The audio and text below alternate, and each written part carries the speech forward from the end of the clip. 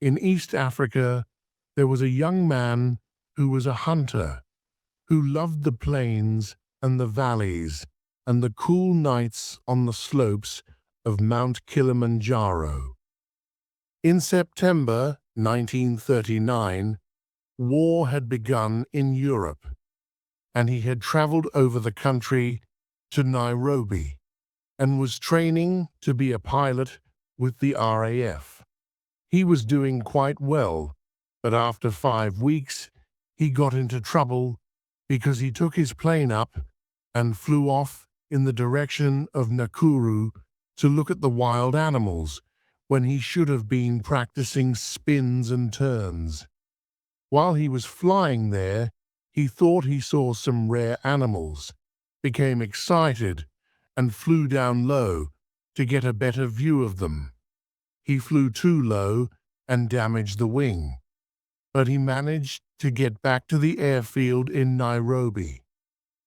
After 6 weeks, he was allowed to make his first cross-country flight on his own, and he flew off from Nairobi to a little town called Eldoret, 2,000 meters up in the highlands. But again, he was unlucky. This time, he had engine failure on the way due to water in the fuel tanks. He kept calm and made a beautiful forced landing without damaging his aircraft. Not far from a little hut, which stood alone on the highland plain with no other building in sight. That is lonely country up there. He walked over to the hut, and there he found an old man, living alone, with only a small garden of sweet potatoes, some brown chickens, and a black cow. The old man was kind to him. He gave him food and milk and a place to sleep, and the pilot stayed with him for 2 days and 2 nights, until a rescue plane from Nairobi found his aircraft, landed beside it, found out what was wrong, went away, and came back with clean petrol, which enabled him to take off and return. But during his stay, the old man, who was lonely and had seen no one for many months, was glad of his company and of the opportunity to talk. He talked a lot, and the pilot listened. He talked of his lonely life, of the lions that came in the night, and of the elephant that lived over the hill in the west, of the heat of the days, and of the silence that came with the cold at midnight. On the second night, he talked about himself. He told a long, strange story, and as he told it, it seemed to the pilot that the old man was lifting a great weight off his shoulders by telling it. When he had finished, he said that he had never told that to anyone before, and that he would never tell it to anyone again. But the story was so strange that the pilot wrote it down as soon as he got back to Nairobi. He wrote it in his own words, although he had never written a story before.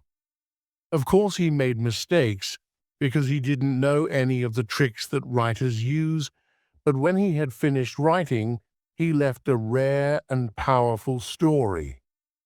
We found the story in his suitcase 2 weeks later, when we were packing his things after he had been killed in training. The pilot seemed to have had no relatives, and because he was my friend, I took the story and looked after it for him. This is what he wrote. The old man came out of the door into the bright sunshine, and for a moment he leaned on his stick and looked around him. He stood with his head on one side, looking up, listening for the noise which he thought he had heard.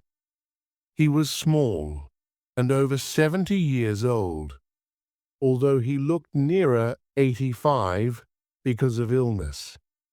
His face was covered with gray hair, and when he moved his mouth, he moved it only on one side of his face. On his head, indoors or outdoors, he wore a dirty white hat.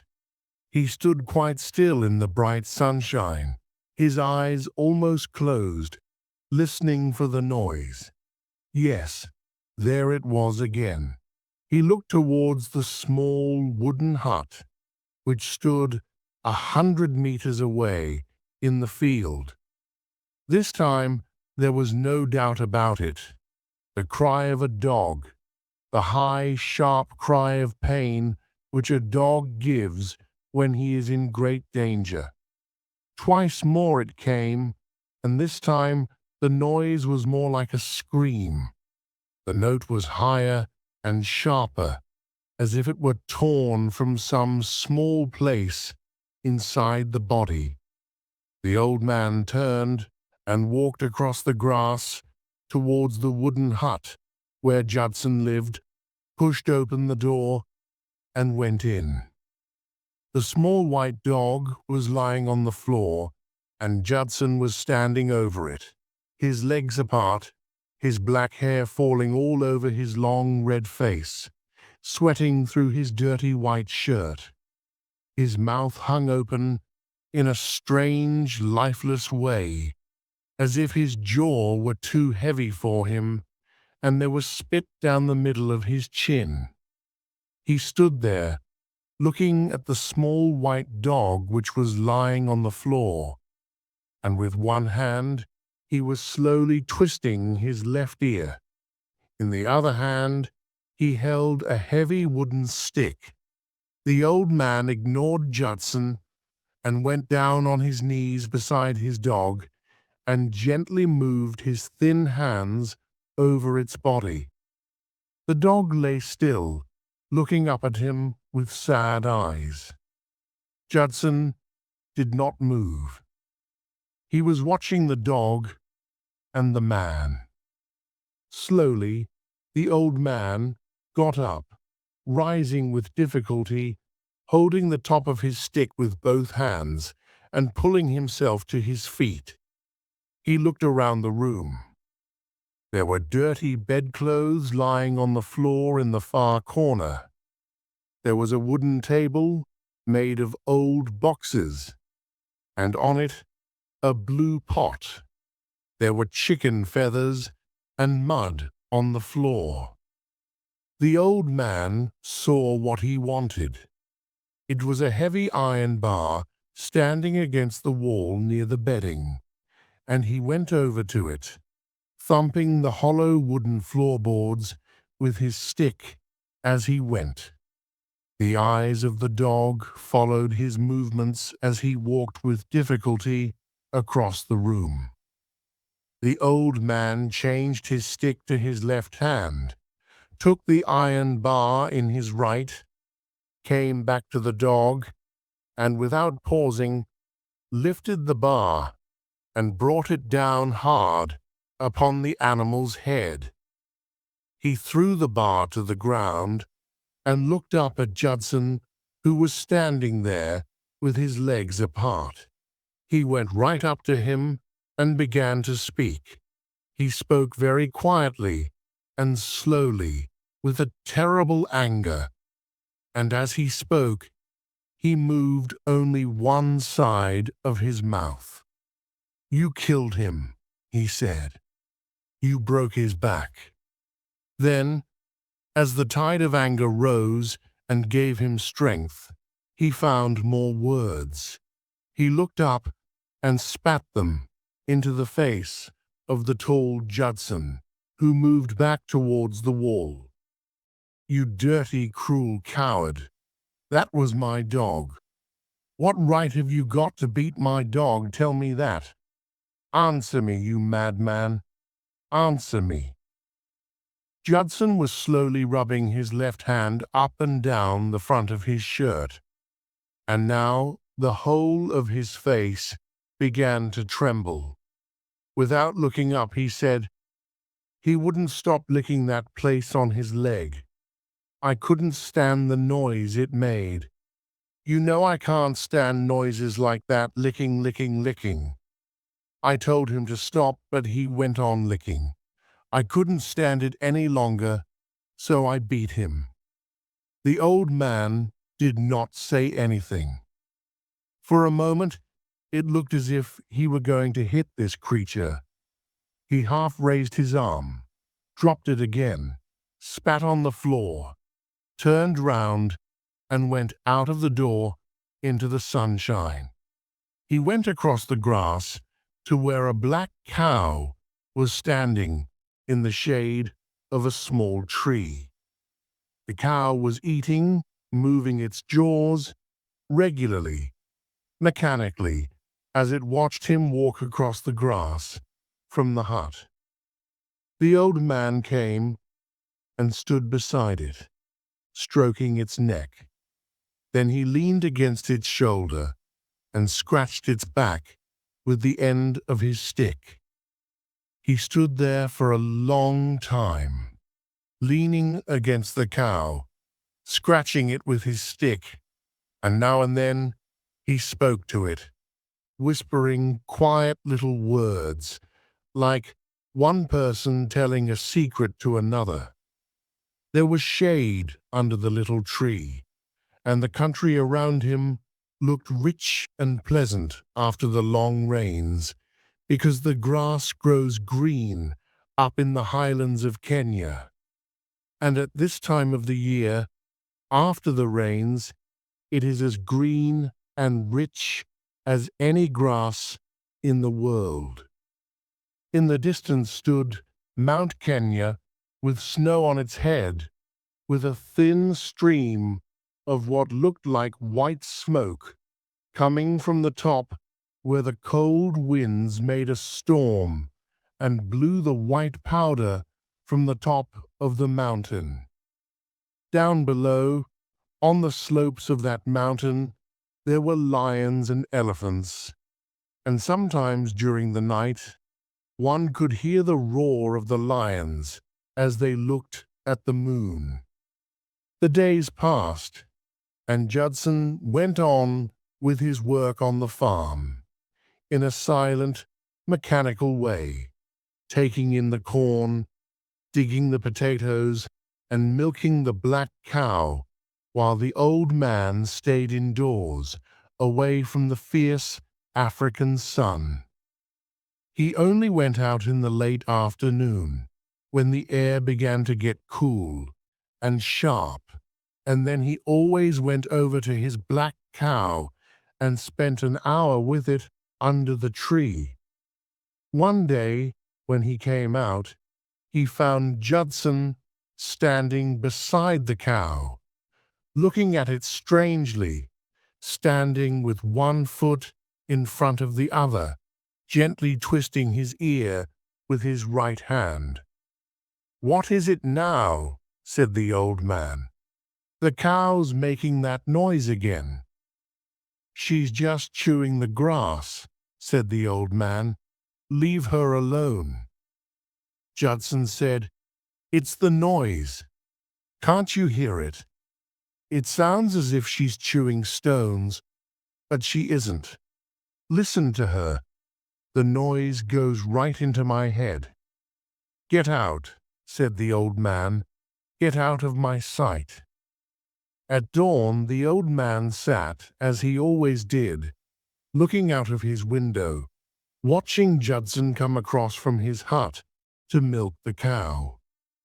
He saw him coming sleepily across the field, talking to himself as he walked, dragging his feet, leaving long, dark green marks across the wet grass, and carrying the petrol can which he used for the milk. The sun was coming up and making long shadows behind the man, the cow, and the small tree. The old man saw Judson put the can down, and he saw him fetch a box from beside the tree and settle himself on it, ready for the milking. He saw him suddenly kneeling down, feeling under the cow with his hands, and at the same time the old man noticed that the animal had no milk. He saw Judson get up and come walking fast towards the hut. He came and stood under the window where the old man was sitting and looked up. "The cows got no milk," he said. The old man leaned through the open window, placing both his hands on the sill. "You dirty thief! You've stolen it." "I didn't take it," said Judson. "I've been asleep." "You stole it." The old man was leaning further out of the window, speaking quietly with one side of his mouth. "I'll beat you for this," he said. Judson said, "Someone stole it in the night. Perhaps it was a native, or maybe the cow's sick." It seemed to the old man that he was telling the truth. "We'll see," he said, "if there's any milk this evening. Now get out of my sight." By evening, the cow was full, and the old man watched Judson take good thick milk from her. The next morning, she was empty. In the evening, she was full. On the third morning, she was empty again. On the third night, the old man went to watch. As soon as it began to get dark, he positioned himself at the open window with an old gun lying on his lap, waiting for the thief who came and milked his cow in the night. At first it was dark, and he could not even see the cow, but soon a 3/4 moon came over the hills, and it became light, almost as if it were daytime. But it was bitterly cold, because the highlands are 2,000 meters up, and the old man pulled his brown blanket closer around his shoulders. He could see the cow well now, just as well as in daylight, and the little tree threw a shadow across the grass, since the moon was behind it. All through the night, the old man sat there, watching the cow, and except when he got up and went back into the room to fetch another blanket, his eyes never left her. The cow stood calmly under the small tree, chewing and staring at the moon. An hour before dawn, she was full. The old man could see it. He had been watching it the whole time, and although he had not seen the movement of the swelling, all the time he had been conscious of the filling as the milk came down. The moon was now low, but the light had not gone. He could see the cow and the little tree and the greenness of the grass around the cow. Suddenly, he moved his head quickly. He heard something. Surely that was a noise he heard. Yes, there it was again, right under the window where he was sitting. Quickly, he pulled himself up and looked over the sill to the ground. Then he saw it.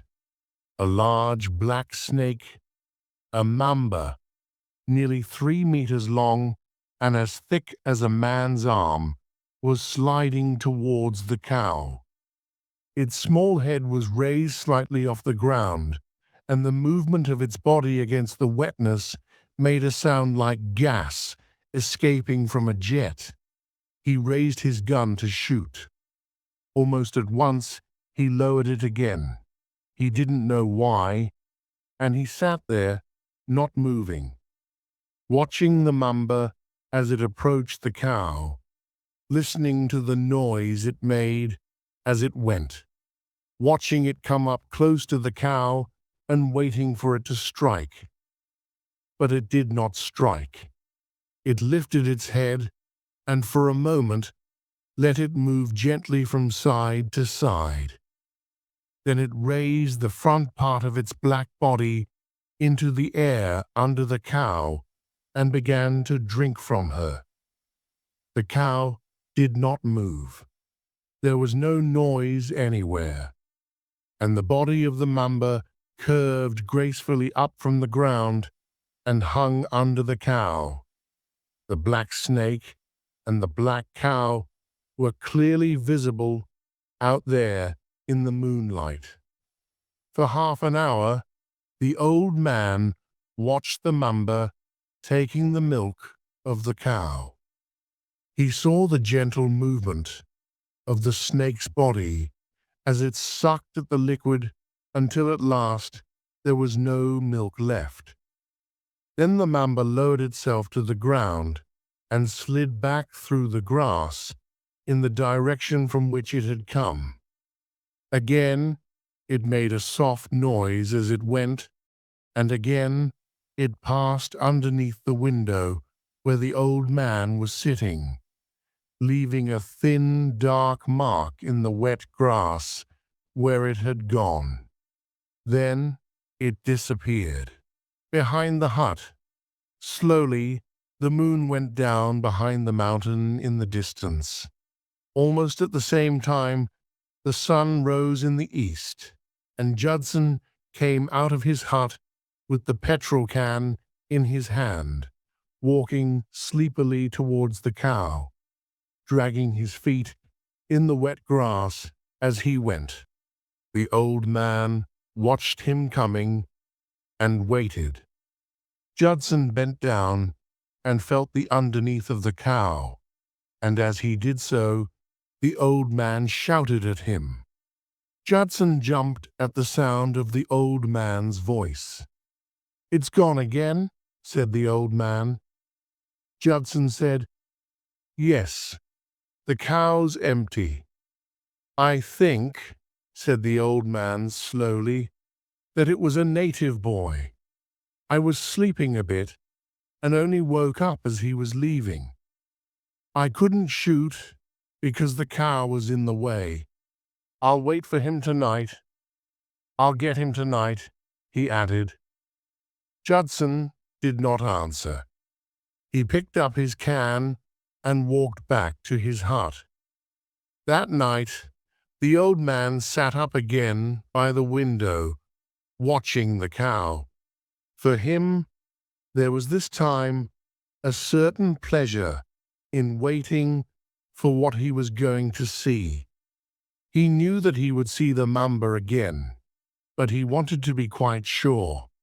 And so, when the great black snake slid across the grass towards the cow, an hour before sunrise, the old man leaned over the window-sill and watched the movements of the mamba as it approached the cow.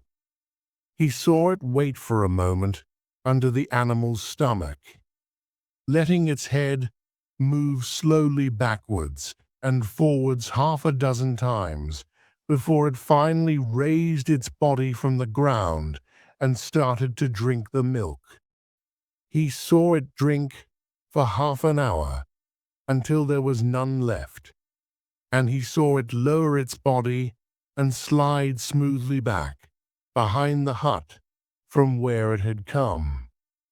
And while he watched these things, the old man began laughing quietly with one side of his mouth. Then the sun rose up behind the hills, and Judson came out of his hut with the petrol can in his hand. But this time he went straight to the window of the hut where the old man was sitting, wrapped up in his blankets. "What happened?" said Judson. The old man looked down at him from the window. "Nothing," he said. "Nothing happened. I fell asleep again, and the native came and took the milk. Listen, Judson," he added, "we have to catch this boy. Otherwise, you won't have enough milk. We've got to catch him. I can't shoot because he's too clever. The cow's always in the way. You'll have to get him." Me get him? How? The old man spoke very slowly. I think, he said, I think you must hide beside the cow. That is the only way you can catch him. Judson was scratching his head with his left hand. Today, you will dig a shallow hole beside the cow. If you lie in it, and if I cover you over with cut grass, the thief won't notice until he's beside you. He may have a knife, Judson said. No, he won't have a knife. You take your stick. That's all you'll need. Judson said, Yes, I'll take my stick. When he comes, I'll jump up and beat him with my stick. Then suddenly he seemed to remember something.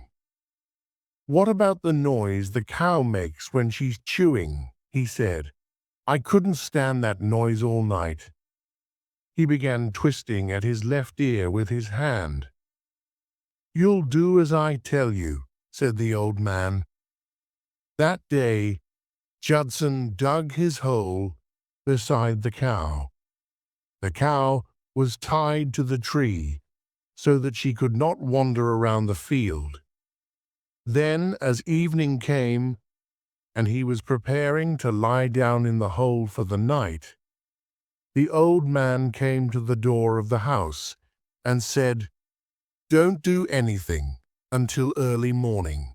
He won't come until the cow's full. Come in here and wait. It's warmer than your dirty little hut. Judson had never been invited into the old man's house before. He followed him in, happy that he would not have to lie all night in the hole. There was a candle burning in the room. It was stuck in the neck of a beer bottle, and the bottle was on the table. Make some tea, said the old man. Judson did as he was told. The two of them sat down on a couple of wooden boxes and began to drink. The old man drank his tea hot and made loud sucking noises as he drank. Judson kept blowing on his tea, drinking cautiously and watching the old man over the top of his cup. The old man kept sucking at his tea until suddenly Judson said, Stop. He said it quietly, and as he said it, the corners of his eyes and mouth began to tremble. What? Said the old man. Judson said, That noise, that sucking noise you're making. The old man put down his cup and looked at the other quietly for a few moments. Then he said, How many dogs have you killed, Judson? There was no answer. I said, How many? How many dogs? Judson, the old man shouted. Then quietly and very slowly, like someone to a child, he said, In all your life, how many dogs have you killed? Judson said, Why should I tell you? He did not look up. I want to know, Judson. The old man was speaking very gently. I'm getting interested in this too. Let's talk about it and make some plans for more fun. Judson looked up. A ball of spit rolled down his chin, hung for a moment in the air, and fell to the floor.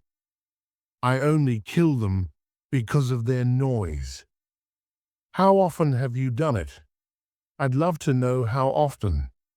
Lots of times long ago. How? Tell me how you used to do it. What way did you like best? No answer. Tell me, Judson. I'd love to know. I don't see why I should tell you. It's a secret. I won't tell. I swear I won't tell. Well, if you promise. Judson shifted his seat closer and spoke in a whisper. Once I waited till one was sleeping. Then I got a big stone and dropped it on his head. The old man got up and poured himself a cup of tea. You didn't kill mine like that. I didn't have time. The noise of its tongue was so bad. The licking. I just had to do it quickly. You didn't even kill him. I stopped the licking. The old man went over to the door and looked out. It was dark. The moon had not yet risen, but the night was clear and cold, with many stars. In the east, there was a little paleness in the sky, and as he watched, the paleness grew, and it changed into brightness. Slowly, the moon rose over the hills. The old man turned and said, "You'd better get ready. You never know. He might come early tonight." Judson got up, and the two of them went outside. Judson lay down in the shallow hole beside the cow, and the old man covered him with grass, so that only his hand showed above the ground. "I'll be watching too," he said, from the window. "If I give a shout, jump up and catch him." He went back to the hut, went upstairs, wrapped himself in blankets, and took up his position by the window. It was early still. The moon was nearly full, and it was rising. It shone on the snow on top of Mount Kenya. After an hour, the old man shouted out of the window, "Are you still awake, Judson?" "Yes," he answered, "I'm awake." "Don't go to sleep," said the old man. "Whatever you do, don't go to sleep." "The cow's making that noise all the time," said Judson. "Good, and I'll shoot you if you get up now," said the old man. "You'll shoot me?" "I said I'll shoot you if you get up now." A gentle noise came from where Judson lay, a strange sound as if a child were trying not to cry, and in the middle of it, Judson's voice. "I've got to move. Please let me move. This chewing." "If you get up," said the old man, "I'll shoot you in the stomach." For another hour or so, the crying continued. Then quite suddenly, it stopped. Just before 4 o'clock, it began to get very cold, and the old man shouted, "Are you cold out there, Judson? Are you cold?" "Yes," came the answer. "So cold. But I don't mind, because the cow's not chewing any more. She's asleep." The old man said, "What are you going to do with the thief when you catch him?" "I don't know." "Will you kill him?"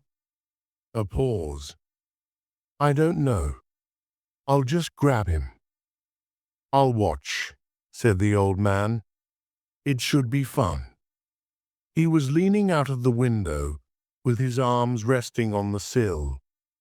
Then he heard the soft noise under the window, looked out, and saw the black mamba sliding through the grass towards the cow, going fast, and holding its head just a little above the ground as it went. When the mamba was 5 meters away, the old man shouted, "Here he comes, Judson. Here he comes. Go and get him." Judson lifted his head quickly and looked up. As he did so, he saw the mamba, and the mamba saw him. There was a second, or perhaps two, when the snake stopped, pulled its head back, and raised the front part of its body in the air. Then the stroke. Just a flash of black and a slight thump as it hit him in the chest. Judson screamed, a long, high scream which did not rise or fall, but remained constant until gradually it faded into nothingness and there was silence. Now he was standing up, tearing open his shirt, feeling for the place in his chest, crying quietly and breathing hard with his mouth wide open. And the old man sat quietly at the open window, leaning forward and never taking his eyes away from the scene below. Everything happens very quickly when one is bitten by a snake, by a black mamba, and almost at once the poison began to work. He fell to the ground, where he lay on his back, rolling around on the grass. He no longer made any noise. It was all very quiet, as if a man of great strength were fighting with someone whom one could not see. And it was as if this invisible person were twisting him and not letting him get up, stretching his arms through the fork of his legs and pushing his knees up under his chin. Then he began pulling up the grass with his hands, and soon after that he lay on his back, kicking gently with his legs. But he didn't last very long. He gave a quick shake, twisted his back, then lay on the ground, quite still, lying on his stomach, with his right knee underneath his chest and his hands stretched out above his head. Still, the old man sat by the window, and even after it was all over, he stayed where he was and did not move. There was a movement in the shadow under the little tree, and the mamba came forward slowly towards the cow. It came forward a little, stopped, raised its head, waited, and slid forward again, right under the stomach of the cow. It raised itself into the air and began to drink. The old man sat watching the mamba taking the milk of the cow, and once again he saw the gentle movement of its body as it sucked out the liquid. While the snake was still drinking, the old man got up and moved away from the window. "You can have his share," he said quietly. "We don't mind you having his share."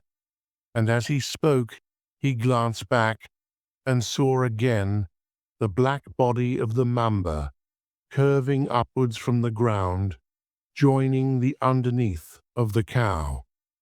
"Yes," he said again, "we don't mind you having his share."